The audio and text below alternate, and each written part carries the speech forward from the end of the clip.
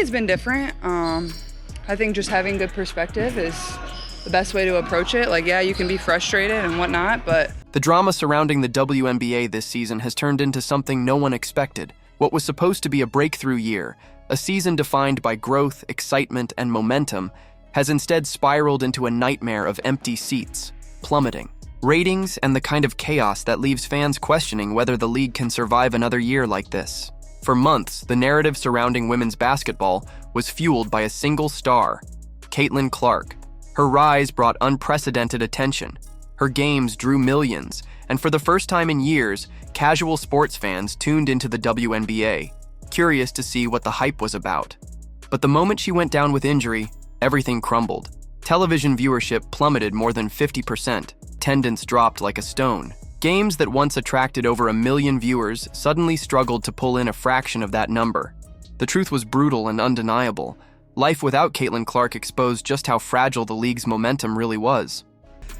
I think the medical team has done a really good job of, doing my rehab every single day, staying in a routine.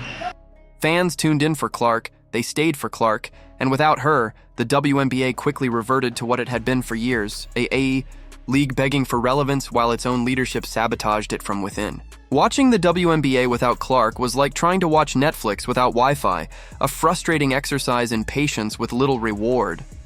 The playoffs, once hyped as the pinnacle of competition, became a ratings disaster, losing viewers faster than a phone battery drains at 2 a.m.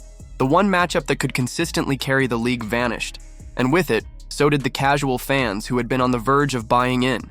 What should have been a season of growth felt instead like a spectacular pratfall, the entire league, tripping over itself and landing face first in failure. The absence of Clark didn't just strip away star power, it revealed the deeper cracks within the WNBA's foundation. Games became chaotic, not from thrilling basketball, but from officiating that looked more like slapstick comedy. Coming in, getting shots up, but more than anything, I think just focusing on being a really good teammate, being there for my teammates. Referees called fouls with all the consistency of a magic 8 ball. One moment, a shove was ignored. The next, a sneeze could earn a player an ejection. For fans, it was maddening. For players, it was insulting. The league's biggest stars were battered game after game, targeted physically without protection, while the referees looked the other way. Clark, in particular, became a human crash test dummy, absorbing hits that would have sent NFL referees throwing flags from the rafters. Yet in the WNBA, these collisions were treated as part of the game. The league's stars weren't just expected to perform, they were left to fend for themselves. Injuries piled up, transforming the season into an orthopedic surgeon's dream. Clark was sidelined. Angel Reese walked away mid-season in frustration, and other players found themselves limping through a schedule that looked less like basketball and more like a mashup of rugby and pro wrestling. Being a voice for them, because that's what I am when I'm playing, so you gotta still be that consistent voice when I'm... Each game carried the risk of another headline, announcing yet another star lost to injury.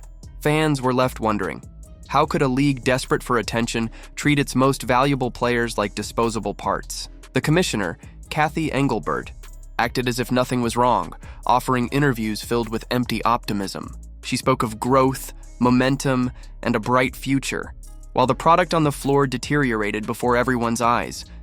It was the equivalent of the Titanic's captain praising the view while the ship sank beneath the waves. Meanwhile, the league's marketing machine churned out social media posts pretending everything was fine. Highlights were clipped, tweets were polished, and press releases boasted about another exciting night of WNBA action. But fans weren't buying it. In the comment sections, the responses were merciless. Memes of tumbleweeds rolling through. Sitting on the bench, so I try to do that as much as I can for them, and just try to be there for them, I think, has been my focus. And empty arenas, jokes about referees still chewing pizza while making calls, and endless pleas for the league to protect Clark. The WNBA had become its own punchline, a blooper reel disguised as a professional league. Ticket sales painted the same bleak picture. Instead of the packed arenas leadership had promised, games were sparsely attended, the empty seats echoing louder than the referee whistles. Popcorn vendors begged for customers, ushers looked bored, and fans who did attend often left shaking their heads in disbelief at what they'd witnessed. What was supposed to be the season of growth turned into a humiliating reality check. The league had pinned its hopes on one player, And when that player was gone, so was everything else. I think that can kind of distract you from not actually playing, is when you just focus on your teammates and, how can I serve them and help them. And yet, the saddest part of all is the wasted opportunity. For a brief moment, Caitlin Clark gave the WNBA something it had been chasing for decades: relevance. She drew attention from mainstream media. She brought casual fans into the fold. She made people care. This was the moment to build, to expand, to prove that women's basketball could thrive with the right support. Instead, the league squandered it. Leadership ignored player safety. Referees embarrassed the game. The product declined, and fans tuned out. The WNBA wasn't undone by a lack of talent. It wasn't undone by apathetic fans. It was undone by its own inability to protect the very thing that gave it hope. The decline in ratings wasn't just a number, it was a warning. When Just talked about this being a good opportunity for you to learn from the bench and learn from the coaching staff sitting by the next game. an All-Star game viewership falls 40% from the year before, when playoff games lose half their audience overnight, when attendance craters the moment one star goes down, it's more than a blip. It's a sign of systemic failure. Other leagues have figured this out. The NFL treats quarterbacks like crown jewels, enforcing rules that keep them upright because the league knows the product dies without its stars. The NBA protects its marquee players because it knows fans come to watch LeBron, Curry, and Giannis, not backup bench warmers. Yet in the WNBA, Clark was shoved, tripped, and tackled with little consequence, and the league seemed surprised when fans stopped watching. For the diehards who stayed loyal, who bought tickets, jerseys, and merchandise, the season felt like betrayal.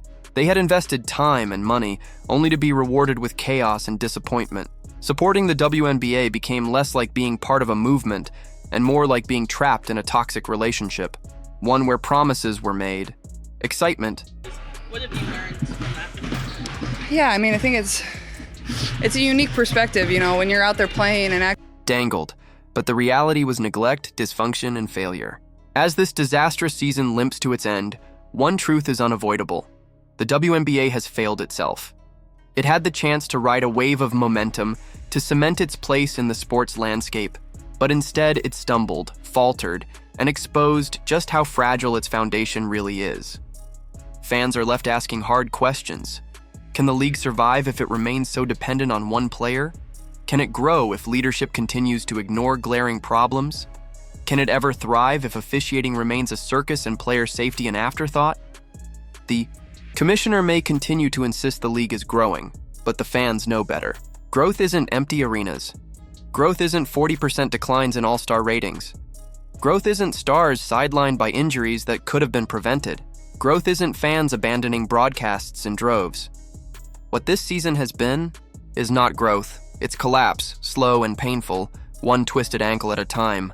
actually in the heat of the moment, you don't always realize everything, you don't always see everything. You see things from a different perspective that maybe the coaching staff didn't see. And unless something changes, unless leadership takes accountability, unless referees are trained to uphold the integrity of the game, unless players are protected the way stars in every other major league are protected, the WNBA will continue this downward spiral. Because fans won't keep waiting forever. They've already shown what happens when Clark isn't there. They walk away. And they may not come back. So the question now is simple. Is this league willing to fix itself before it's too late? Or are we witnessing the beginning of the end? If you've been watching this disaster unfold, I want to hear your thoughts. Do you think the WNBA can recover, or has the damage already been done? Can Caitlin Clark alone carry the weight of an entire league, or does something far bigger need to change? Drop your thoughts below, and if you want to stay tuned for more breakdowns of stories like this, make sure to like, share, and subscribe. Because this story is far from over, and the future of the WNBA may depend on what happens next.